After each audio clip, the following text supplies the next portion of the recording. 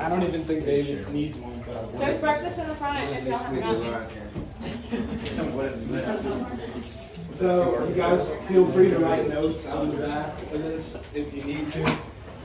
I was gonna print out the actual thing I worked on, but it didn't work out. But if you guys want if you want copies of like my thing, I can make them for you and bring them Friday night if you guys want to. Yeah, because you'll be Friday night too, right? Yeah. Yeah. Because there's a little challenge at the end of this I'm out. that you don't even know what it is, that you may or may not partake in.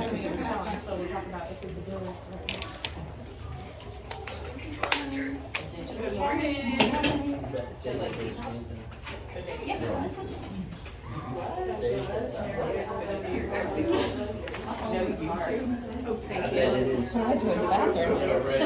You can pull it off your watch too. So let's try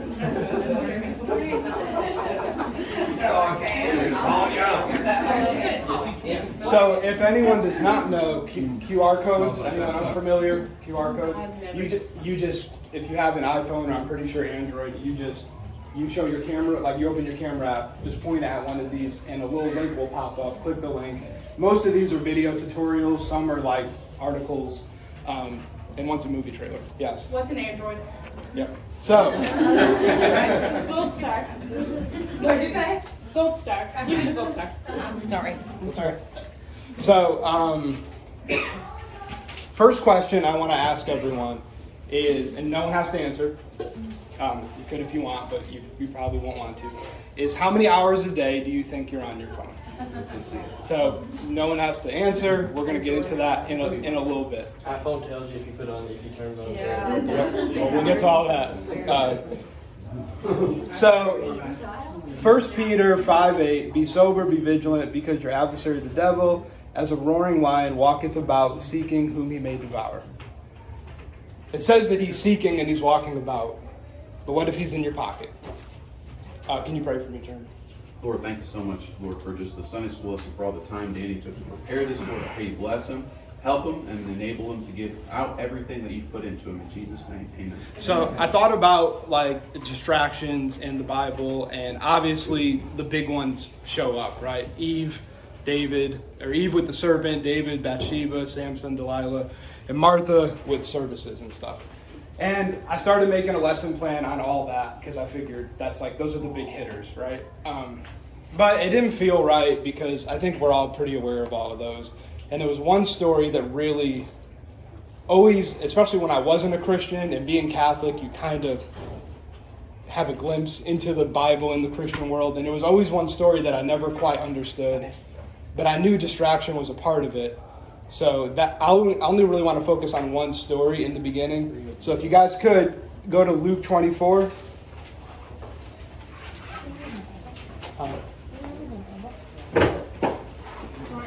And we're going to start in verse 13.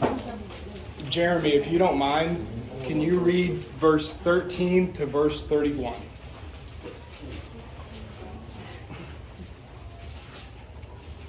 Luke 24:13, you said to verse 31? Yeah, 13 to 31, please. And behold, two of them went the same day to a village called Emmaus, which was from Jerusalem about 80 furlongs. And they talked together of all these things which had happened. And it came to pass that while they communed together and reasoned, Jesus himself drew near and went with them. But their eyes were holden that they should not know him. And he said unto them, what manner of communications are these that ye have one to another, as ye walk and are sad? And the one of them, whose name was Cleopas, answering, said unto him, art thou only a stranger in Jerusalem, and hast not known the things which are come to pass there in these days? And he said unto them, what things? And they said unto him, concerning Jesus of Nazareth, which was a prophet, mighty in deed and word before God and all the people, and how the chief priests and our rulers delivered him to be condemned to death, and have crucified him. But we trusted that it had been he which should have redeemed Israel. And beside all this, today is the third day since these things were done. Yea, and a certain woman also of our company made us astonished, which were early at the sepulchre, And when they found not his body, they came, saying that they had also seen a vision of angels, which said that he was alive. And certain of them which were with us went to the sepulchre, and found it even so as the woman had said, but him they saw not. Then he said unto them, O fools, and slow of heart to believe all that the prophets have spoken. Ought not Christ to have suffered these things, and to enter into his glory? And beginning at Moses and all the prophets, he expounded unto them in all the scriptures the things concerning himself. And they drew nigh unto the village, whither they went, and he made as though they would have gone further. But they constrained him, saying, Abide with us, for it is toward evening, and the day is far spent. And he went in to tarry with them. And it came to pass, as he sat with them, he took bread and blessed it and brake and gave to them. And their eyes were opened, and they knew him, and he vanished out of their sight. Right. So the context of this, just to give you the cliff notes, is that Jesus had already risen from the dead. These people had already heard of that. The two men walking to Emmaus, they meet a stranger. The stranger's Jesus, but they don't recognize him. It's like the very little version of what Jeremy just read. And so I always thought to myself, how can they not recognize Jesus? It just was a question that was super baffling to me. I didn't understand how that was a thing. So verse 16, they talk about their eyes being holden.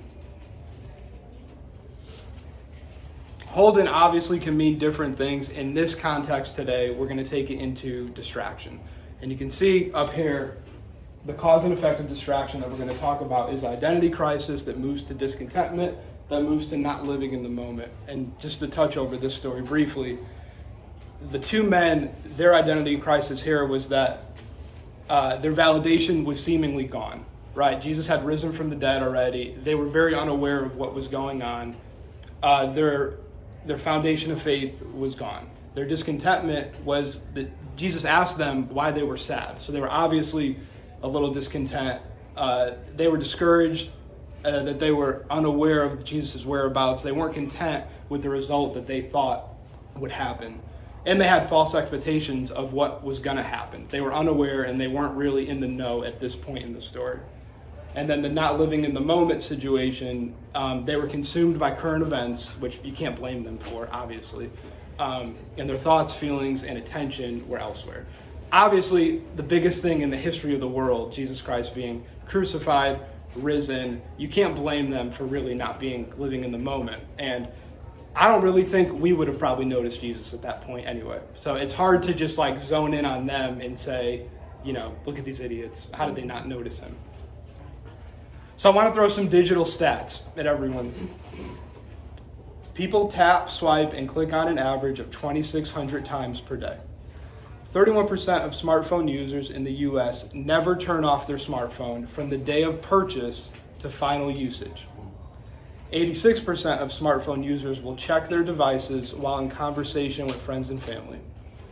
35% of people think of their smartphones when they wake up before thinking of their significant others. Users spend an average of 2 hours and 51 minutes a day on their smartphone. The average Christian reads 30 minutes of their Bible a day, if that. 3 hours a day. So give or take 2 hours, 51 minutes, we'll just round it up for simple sake. 3 hours a day on your phone. Well, does anyone stay awake 21 hours a day? Maybe you do, I don't know. I don't. So 3 hours a day times 7 days in a week, 21 hours a week looking at your smartphone. That is almost a one full day of week that we are on our phones. So essentially, we don't live in a 7-day work week or waking week. We live in a 6-day work week because of your phones. So it begs the question, why are we spending so much time on our phones or devices, tablets, right? Well, I would tell you guys, it's that same triangle. Bradley, can you read 1 Peter 2:9? Yes, sir. Appreciate it. Dustin, sorry to interrupt your bagel. No, you're good. Can you read Ephesians 2:10? And Kevin, can you read 2 Corinthians 5:17, please? 1 Peter 2:9.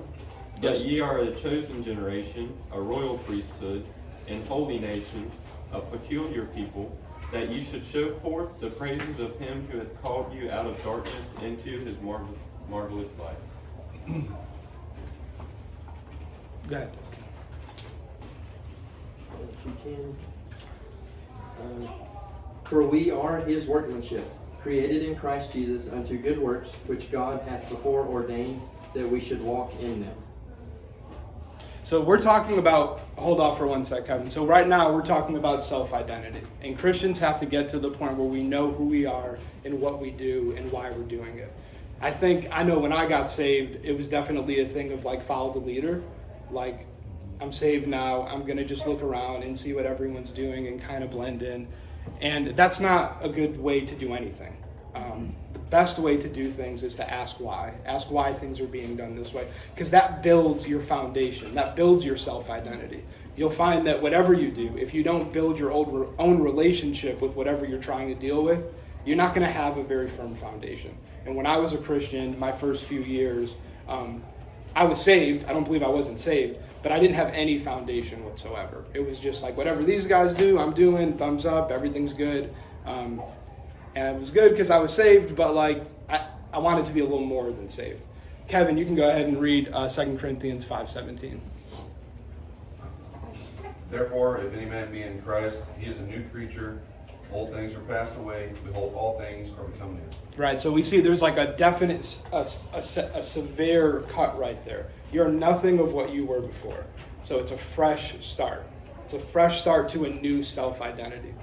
Second thing we look at is discontentment. So again, the question is, why are we spending so much time on our phones? So for discontentment, Jeremy, can you read Philippians 4:19? Bradley, can you read 2 Corinthians 12:10? Let me stop there. Philippians 4:19 says, "But my God shall supply all your need according to his riches and glory by Christ Jesus." And you said 2 Corinthians 12:10. Yeah. Therefore I take pleasure in infirmities, in reproaches, in necessities, in persecutions, in distresses for Christ's sake. For when I am weak, then am I strong. All right, so that's someone who's talking about being totally content, right? Not only he's not getting what he wants, he's in infirmities, but he's still content. So why are we discontent as Christians? What can be some of the reasons why we're discontent as Christians? We're not satisfied with our current life. I mean, we can speak honestly, I think that's a normal thing nowadays. We're so used to instant gratification as far as how our devices treat us, how we deal with things. Another thing that we also have to tap into to understand this is, where does your validation come from as a Christian? Does it come from likes on Facebook? Does it come from posting things because you want certain sort of self-fulfillment, or does it come from the Bible, right? And I know that's a very black and white situation, but I think if you look deep down, you'll see a lot of that is true.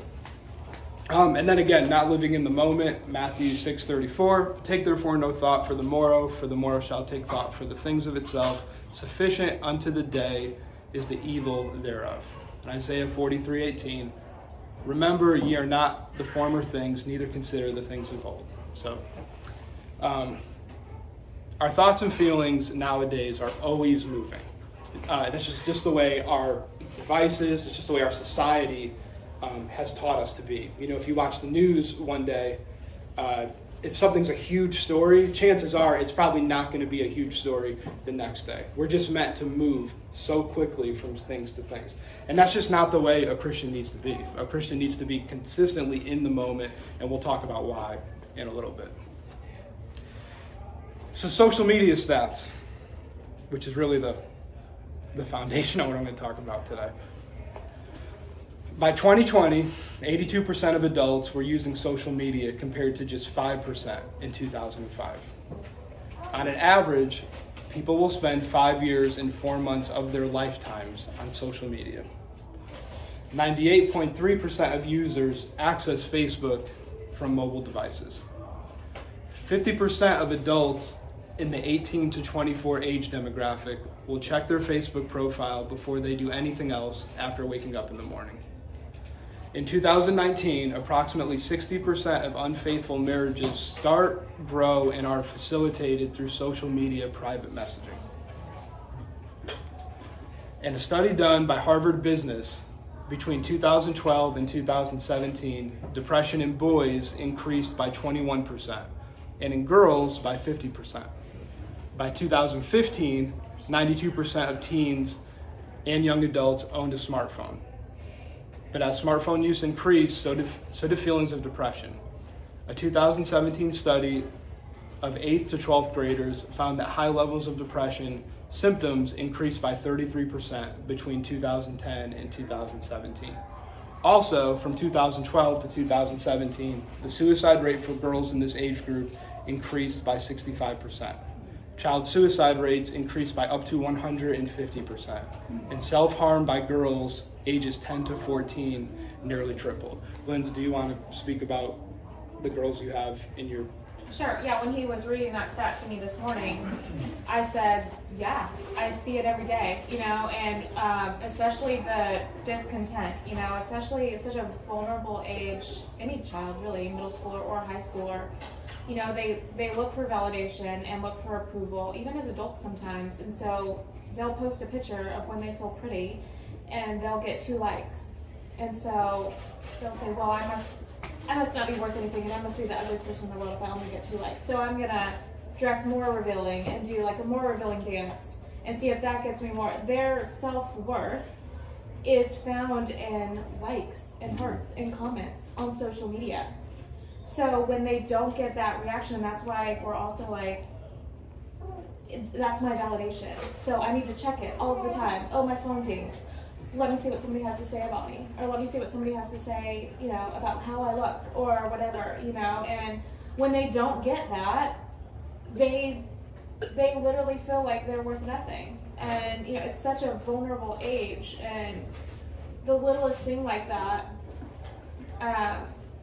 their emotions are very, very real, and a lot of them do. I mean, several students in my class just this year, I've had to deal with them hurting themselves because a boy doesn't like them, or somebody said they were ugly on social media, and so that age group is hard enough without the pressures of social media that when and I would say 95% of my students have phones, and I also would say at least half of them are on medication for anxiety or depression.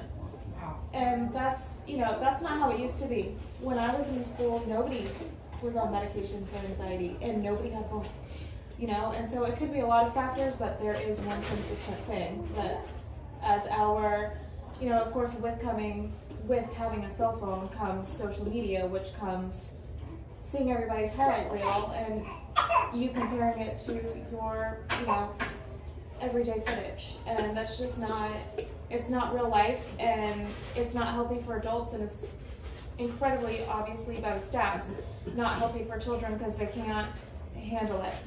They can't handle not having that validation that needs to be coming from friends in real life, that needs to be coming from the mom and daddy around the dinner table. It doesn't need to be coming from somebody I don't even like at school, who I don't even really care what they say, but yet they're putting me in this position where now I feel like nothing. Yeah. So anyways, that was my 2 cents for when we read that stat. It's very true, and I see it every day. Yeah, and I think the reason I wanted Lindsay to say that is because it's not just, an old bald white guy giving stats. Like, it's a real problem that's happening, and most of us have kids in here, and if your kids are young, if they're under 10 years old, I can't promise you much. I can promise you these problems are not going to get better.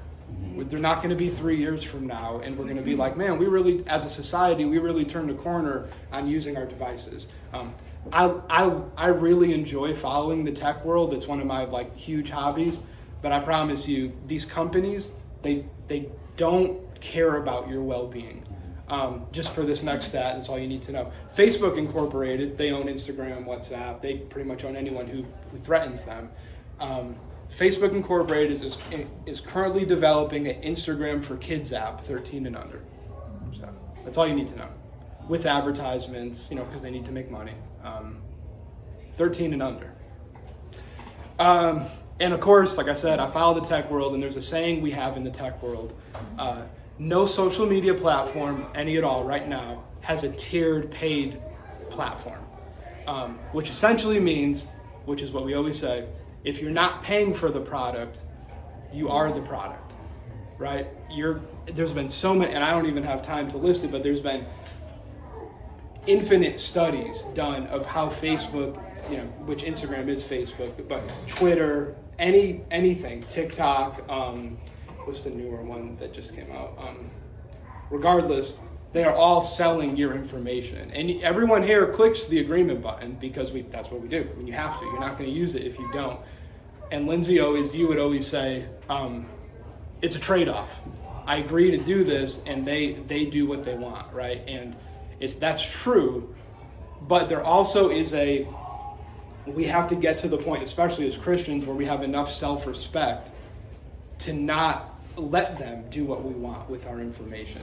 I mean, yes, they're coming after your tendencies as far as your likes, as far as all that stuff. They're selling it to aggregates. That's why you may get ads that you're like, the one I love is like, I was just talking about that. There's a microphone on there. Well, it is. And not to speak too out of place, but like they are sometimes listening. Not so much those companies, but that's getting past our government, which we'll talk about that right now. Edward Snowden, is anyone familiar with Edward Snowden? Yeah. Okay. Edward Snowden said this: businesses that make money by collecting and selling detailed records of private lives were once plainly described as surveillance companies. Their rebranding as social media is the most successful deception since the Department of War became the Department of Defense. So I'm not here to talk about like don't use your device because the people are listening and all that. I believe Edward Snowden, but I still use my device. Like that's, to me, it's just that's a trade-off to me. But in order to understand, like think about if Instagram was a person, if Instagram was your friend, say it manifested in a person, would you be a friend of someone like Instagram? Would you be a friend of someone who constantly took your private information and distributed it to strangers for you? You wouldn't. No one here would. Would you be a friend of someone who every time you were in their presence made you feel like you were either judging yourself or you were judging other people? It sounds like an awful human being. But yet that's, as the stats show, that's who we are as Christians interacting with the majority of the day. Do you see how, like, I get that it's very easy to say, yeah, okay, but I'm not going to make much improvement there. I enjoy it, so I'm going to just do it anyway. But do you see how, and my hope with this is you see how devastating this stuff is to Christians who have a call to do way more than stare at our phones all day. That's my hope for this. And I guess I meant to start the class with this, but I got nervous and forgot to. This isn't like I've arrived. This is something that I struggled with for a really long time in my life and tried to make changes, which I put a lot of them on your papers that I handed out, of things, tools that actually help to limit screen time, limit phone addiction, because it's such a real thing right now. I mean, I know it's in Japan, but in Japan, they're instituting rehabs for technology addiction because there are people who have grown adults who have to wear diapers because they will not get off playing video games. And that's not even funny. That's like, unfortunately sad. Anyway. Well, and I kind of wanted to say too, with those verses that we kind of highly hit over, I think the whole point that that Danny was trying to get at was, Christians are called to be a peculiar people. We're called to be set aside from the world and be different from the world. And a lot of the times we really don't look that different. Opportunities, I feel like the Lord may possibly be giving us several times in our American lives. We might not even see them because we're not looking. We're not looking around. We're like, so I told Danny, when he was reading those scriptures to me, I just envisioned like anytime I have downtime, if I'm sitting at the doctor's office, or if the line is really long at Walmart, or anytime that there's free time, it's like a natural reaction to just grab your phone and start scrolling. And how many opportunities have I missed to be a blessing or to get to start a conversation with somebody, because I was involved in my own self like everybody else in the world does. And that's, you know, the Lord calls us to be different and, you know, to be a light, and he gives us opportunities and sets up opportunities for us to do that with people. And if we're not out there with people and talking with people and are awake from our social media or our phones, you know, sometimes it does feel like, you know, like zoned in, like we're zombies to it almost, you know. And if we're like awake to our surroundings and what the Lord may be having for us around us, there's just no telling how many opportunities the Lord may give us if we're more awake and alert to be a blessing or to share the love of Christ. Yeah, and make no mistake about it, these companies, they don't, like I said, they're not out for your well-being. They, and we'll talk about the documentary that I put on there. It's the very last QR code called The Social Dilemma. And everything I'm trying to say, they say it way more intelligently and better. But these companies have like very high-priced psychologists who work for them, who study what hex color code to use logos in that would make it more addicting. These people know how to. We are not equipped to deal with. If you think you're going to deal with it on your own, you're not. We're not equipped to put down our devices just at bay. Not that we need more, but we can go through it. So the ramifications for social media for Christians. Why does this even matter? Why are we even talking about it? Why does it matter? Well, there's a distinct line. Christians, we're meant to be serving others. That's the point of Christianity. That's one of the hugest bullet points, is to serve others. Social media, a complete self-serving destination. Whether we're posting, whether we're commenting, whether we're connecting, we are essentially doing this for our own good, for our own self-gain. Easy gateway to judge others. No one, I don't believe anyone in here, if they say, oh, I go on social media, I've never judged anything or anyone. It is open. It's like saying, I'm going on a diet, but that chocolate cake in the refrigerator, that's staying. Right? You are allowing an opportunity to judge others when you can be gone of that bit. You don't have to feel threatened by that. It's a very easy fix. Self-esteem killer, right? One of my heroes is Fred Rogers, and he has this song. He says, I like you as you are. And I really think God would probably sing the same song after you're saved. Right? We don't have to try to be someone else. I don't have to buy this car because this person has it. And I don't have to do this because this person is doing it. I don't have to buy that device because I don't have to do this because that. The whole point is like, run your own race. Right? We don't need to just always compare and contrast ourselves, because that no one can say like, yeah, I've been comparing and contrasting myself for 10 years and it really got me somewhere. That's not the right way to handle things. And the byproduct of all that is that we feel like completely lousy about ourselves at the end of the day. There's always going to be somebody who has nicer clothes, who's more beautiful, who has a prettier house. There's always going to be somebody who has all of the things. Like you're never. It's a trap for the devil to just get you constantly in a wheelhouse, to want more, do more, look better, buy more. Yeah, and not to mention the biggest thing which is the lack of genuine connection with other people. So the whole substitution of like, one of Facebook's saying at a time was, come here to connect with people. We don't really connect with anyone on Facebook. We use Facebook or Instagram so much that when we see people, we don't really know how to even act, talking, looking people in the eyes. You see, I'm sure all of you see it in your kids, right? My kids have a hard time talking, looking someone in the eye and connecting with someone. And it's like I said, it's only going to get worse.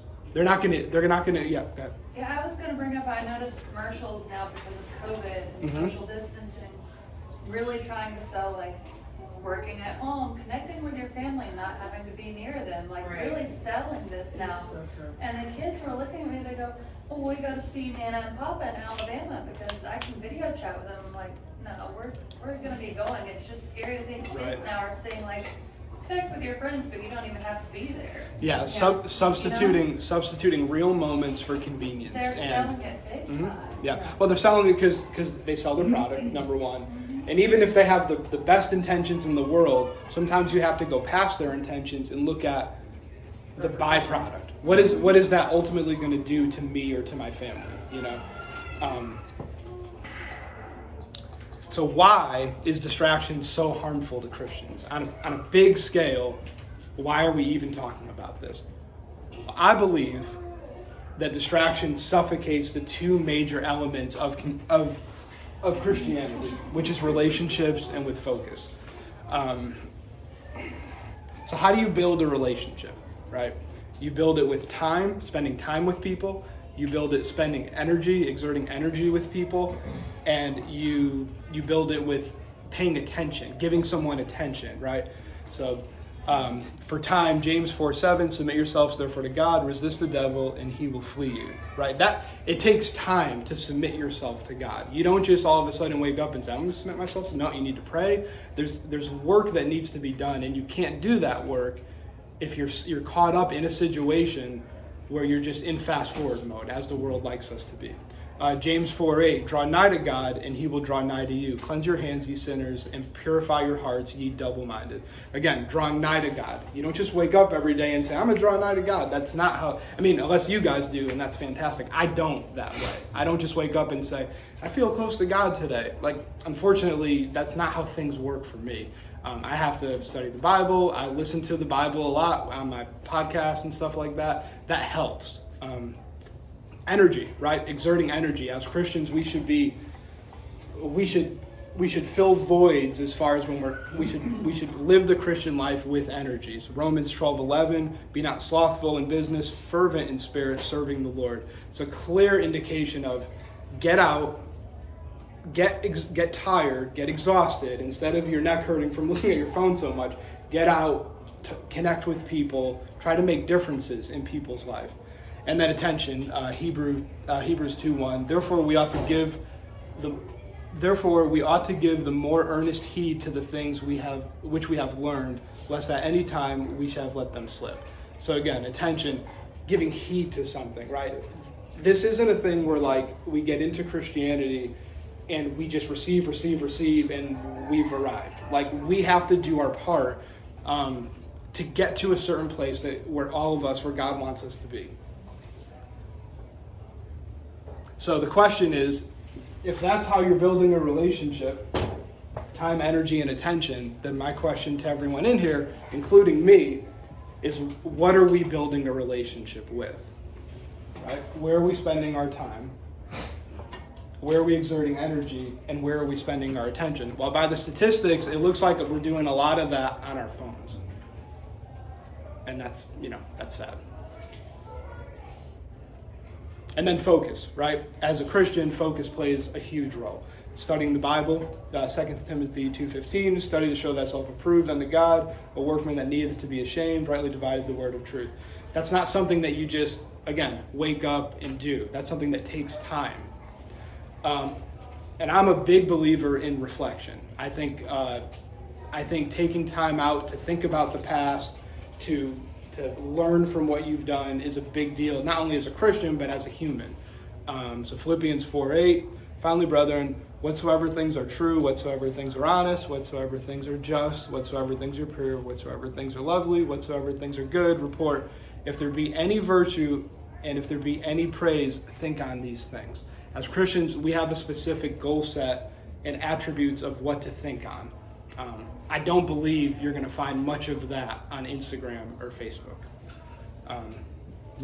And also a thing that ties in with time is that I'm sure if you guys are getting older, you guys know by now, we can't make more of it, right? We can make more money. We can do a bunch of other stuff. We can't make one more second that only God knows when we're going to leave this earth.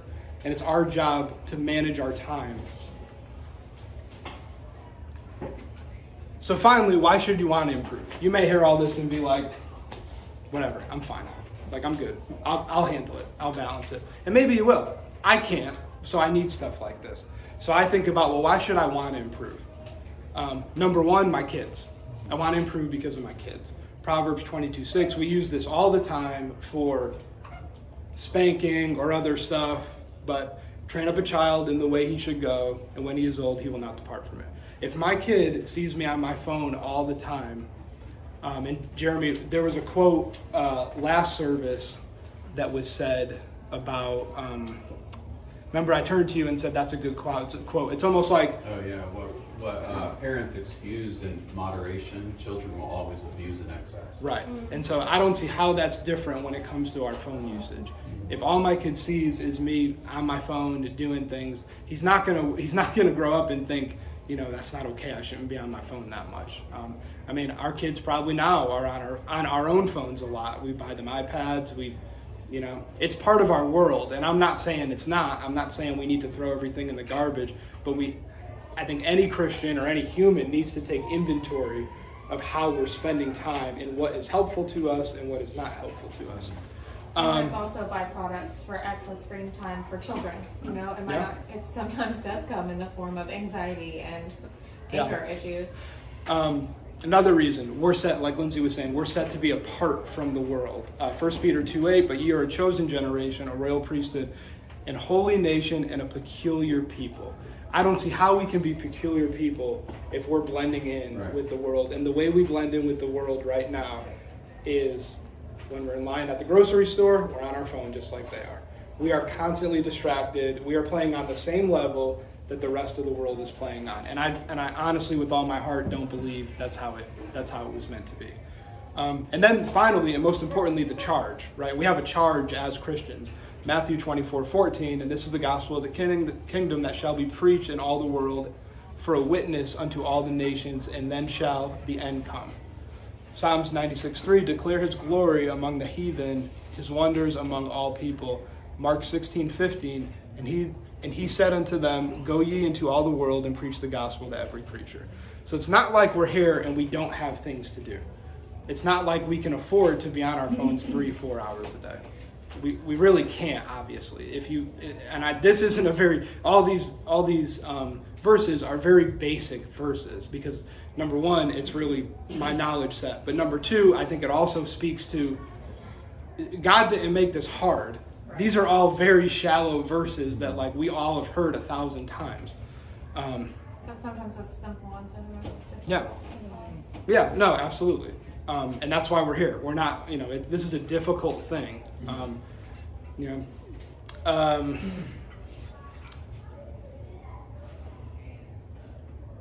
Skip that. So how can we fix this, right? How can we fix this? Number one, first and foremost, pray to God and ask what would be the best way for you individually to fix it. Just because things work for me, or just because I put some stuff on that paper, that doesn't mean that that's the recipe. God made us all different. I'm a huge believer that we are all very different. And so I would pray to God, ask him, you all know maybe what you may need to improve on. And, everyone is different. I may have an issue with Reddit. Lindsay may have an issue with blank, whatever. Everyone is different. So I would first and foremost pray. Second, some practical applications, you can start doing time management, right? 38 times in the Bible, it's mentioned to rise early in the morning. That's a lot of verses to mention rise early in the morning. So there's something to that, right? I hate the feeling. One of the ways I start my day off at its worst is when I wake up, my kids are already awake, going crazy, and I already feel like I've lost the day. There's something to be said for waking up early, having Bible time, and it's just like a diet. We don't enjoy eating healthy foods, but how do you feel after? You kind of feel okay, right? You're like, oh, okay, I feel like a human again. Sad. Number 3, and this ties into the paper, is be aware of your data. If you have an Android, I'm sorry, but I don't quite know the apps. I'm sure that they're there, but I only have an iPhone, so most of the stuff on that paper is how you can look at things on your iPhone. So there's apps for screen time for kids. You can like question I asked in the very beginning, how many hours a day are you on your phone? Well, you can find out right now. You might not want to, but there's a place you can go on your phone to find out exactly right now how many hours that you spend on your phone per day. You can also look at, which is probably a more important stat, what is the first app that you launch what is the very first app you launch the most as soon as you unlock your phone? And I think that's really telling, obviously. Communication limits. Apple has a feature where you can designate certain people you want to talk to at certain times. You know, if I have a certain group chat that doesn't quite make me feel the best about myself, you know, maybe I want to limit that at certain times of the day, right? Stuff like that. It may seem like little ingredients, but we have to take inventory of how things make us feel, because the byproduct will come out. Lifestyle hacks. These are kind of corny, kind of not. Screenless Saturdays. The minimalists, they're people that Jeremy and I follow, and like they're big on like Saturdays, no screens.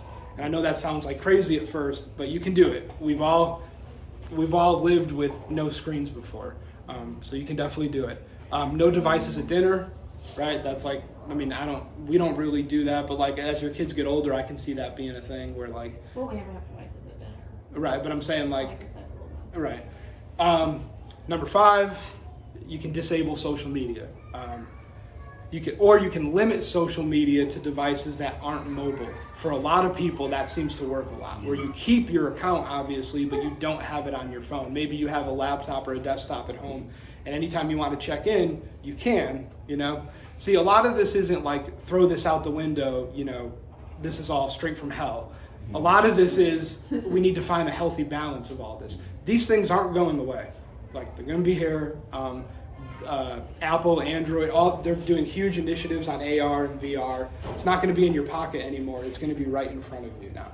You know, that's 5-10 years down the line, but it's on its way, and it's going to be around. Alternatives to social media. So one of the biggest excuses I get all the time is, well, I just use Facebook to document everything, and if I don't have that, I like to document, and I like to get reminders of what I did a year ago. Well, I have the perfect answer for you. There is an app called Day One. It is a strict journaling app. No social media. It's just about you documenting your life. And they're even, like the real smart people, they're even made an export feature that will grab all of your Facebook information or Instagram and lump it into Day One. So they've made it really seamless, and you can still document. It's a great app. They don't steal any of your information. You have to pay for it, but like I said, if you're not paying for it, you're probably the product. that was a big one for me because I have all my like posts from when my kids were born and stuff like that on Facebook that I don't even have on phones anymore, but they'll like capture all that and bring it to me. Yeah. The last one, which is what I mentioned, the movie, which is the last QR code there, I really would, even if you think everything I'm talking about is stupid and a waste of time, which is fair, you can watch that movie. It's on Netflix, and it's not of people like me. It's people who actually made these platforms, like some of the original designers and coders for Facebook, for Instagram. They are talking about the negative ramifications that these platforms have on people. So if you don't do anything else in this class, I would highly recommend you to watch that hour and 30-minute movie, because, and I think it may change your life, to be honest with you.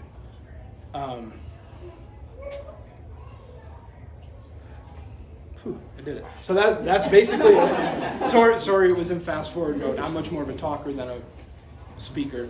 But challenge. You don't have to do it. No one has to do this. I just want to make it really clear, like I'm not telling you to do this, but I think it would be fun on Friday. I'll just put the challenge out to anyone in here. The goal was to say who cannot use social media for a week.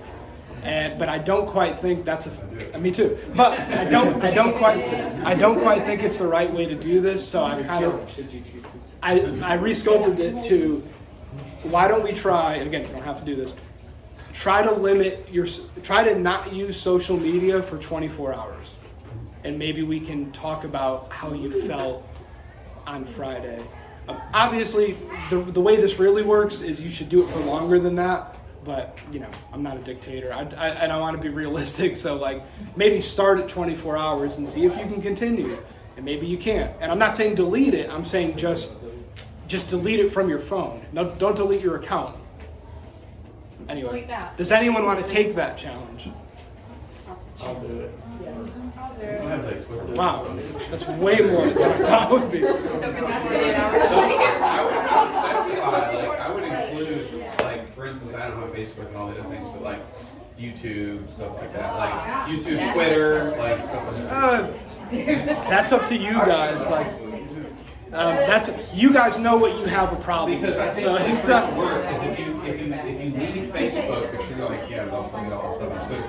The cool thing to be avoid of all of social media and then see how you feel. So you're not substituting with other ones. Because when you just need one, you're just going to abuse in another. It's true. Put your phone down. You guys grab it, put your phone down. Anyway, that's all I have. I'm sorry if it went really fast. I probably tried to do too much, but No, that was great. anyone have any questions or comments? I didn't leave you much time for them, but or I guess we can maybe talk Friday night more I about. wanted to say something, and I've Yeah. talked to Jeremy and Hannah about it before, but like you were saying with the whole like social media like increases depression and everything, and like how you were saying like kids at that young age, I was once at that point in high school where I had that like effect because of social media, and I was at the point where I wanted to commit suicide. And luckily my friend came in and she stopped me and everything. And I thank God for doing that. But Jeremy was talking to me about Ava, like he doesn't know if he wants to send her to middle school and everything. And I was like, honestly, middle school is really not that bad, but freshman year of high school, that's literally what could have killed me. It's you have the kids at school, and then if you have social media, you have it coming right back to home with you. And that can be so like, I don't know, it affected me so much. And there were some parts of social media that did help me, like keeping in touch with my friends that I did have at that point. But having the kids that were constantly saying stuff about me, and it was all over social media, like people were talking about me like constantly, Twitter, Instagram, Snapchat, my name was like slandered all over there, like that hurt. So social media like did impact me severely in that way, but it also did help me like if Brianna, my friend, never would have showed up, I would have like never known. Yeah. So Well, of course, there's no like fact checkers on social media. Somebody could say something and just run with it, and everybody else Exactly. runs with it like wildfire. It's not a healthy. and it's not like how we were talking last week where my yes is my yes and my no is my no. Like people are like, oh well, you could be lying. Like Yeah. And people tend to be a lot more negative on social media than they will be to your face, right? Exactly. Like, there's that fear of reproach where now I can say what I want. I can be that evil, demeaning person that I naturally want to be, because that's our human flesh. That's what we want to be. So I'll just be as ugly as I want to be and face no repercussions. Keyboard courage. Yeah. yes. And there's no getting away from it, like you said. Like Exactly. you get it at school, and then you get it all night at home too. And it's not like you want to just like, I didn't want to just delete my social media and get rid of it, because then I would have really felt alone. Like I would have been like, I have nothing. Because at that age, you're like, your phone, that's where all your friends and everything is for. So Yeah. All your. Well, thank you guys. I appreciate it. And one last thing Jeremy told me to say. This, for a disclaimer, I didn't tell you that. this is not really in the Bible. It was meant to be a joke. What? Thank you guys. Appreciate it. And Friday will be interesting if anyone wants to try that. There's still bagels if anybody couldn't get me.